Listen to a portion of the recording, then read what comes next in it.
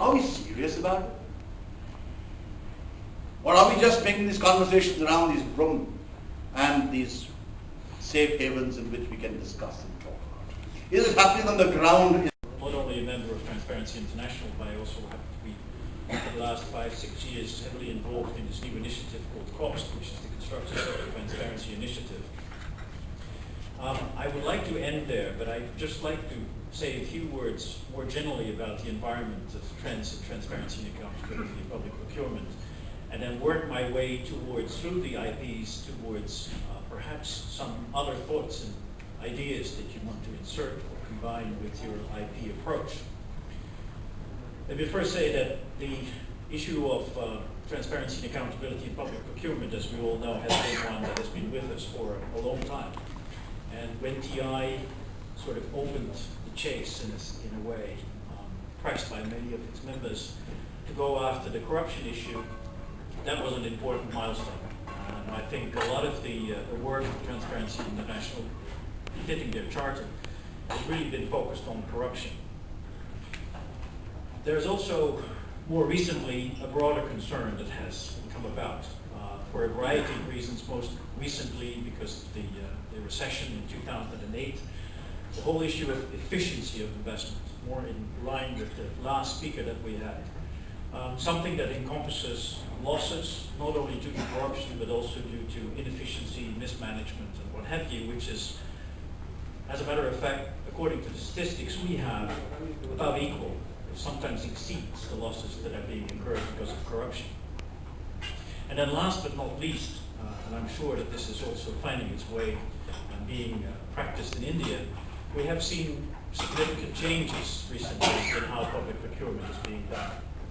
We see much more non-price factors coming into the decision-making process. And concepts like value for money and fit for purpose are being introduced, as a matter of fact, most recently by major institutions like the World Bank, which opens up the process to obviously much more difficulty, but also requires much better checks and balances to see that decisions are actually being made to achieve the maximum value for money. I've described this to you because I think that the IPs are part of this process, and they are very much the beginning of it. I think they gradually should be considered, should be an instrument that we perfect further to deal with these new challenges that I've just sketched. So very briefly then, TI activities focus primarily on corruption. The role of the CSOs, the civil society being central, frequently actually the one that is very much on the spot in terms of organizing IPs. It's focused, and I'm being general here, I'm sure that there are other cases that one can quote, but they're generally focused on individual projects of a certain size. They're focused on procurement per se, frequently not much involvement on the before procurement and actual execution of the project, where we all know similar problems can arise. And I think it's fair to say that the IPs have had a very significant result, if only in breaking the ice in terms of putting new concepts and approaches on paper. And countries like India have perfected this much further than many others. But I think the general studies are being done about it now, again, to get the details on the table. But it's been a very important instrument, and I will not want to, in anything that I'm going to say subsequent to this, indicate that IPs are not the way to go. I think they're the way to go, but there are a number of additional issues that I think we have to keep in mind as we move forward. We should be looking for ways to make the system more robust. First, I think we need to broaden the concerns beyond corruption. It's sometimes very difficult to distinguish between what is corruption and what is mismanagement and what is waste. We need to be aware of that, and what is important here is the final result, that we get better value for money, and not necessarily that we just deal with corruption. So that's my first concern, is that can we expand the scope? Can we go beyond the project specific? Can we go on a sectoral basis possible? I'll say a few words about cost in a minute.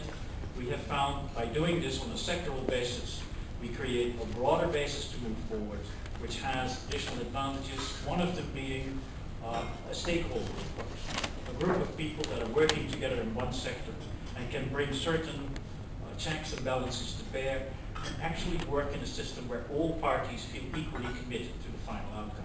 It isn't one who says to the other, you should do this, you should sign a pledge, you should this. No, all parties benefit by the outcomes. And I can go through more details, but some of them have already been on the board by the previous speaker. So the idea is to make it more systemic. So the idea is to make it more sustainable. The idea is to go from the exception to the rule. And I think this can be done. Just a few words about the specific initiative of cost. Cost is something that was started 7 years ago. We now have 15 countries participating. And it has been able to set up, on a sectoral basis, a full coordination of a multi-stakeholder group that's looking at data that is being disclosed by public procurement entities. And there have been some important results. And I do think that a lot of the lessons of the IPs have been incorporated in that, but it's also an attempt, as I said, to go a little further and to see whether some of these other elements that are also so important to our agenda can be incorporated. I'm quite happy to tell you more about that when we have the time, either now or later. But this is my main pledge, to not stay where we are, but see how we can continue to improve.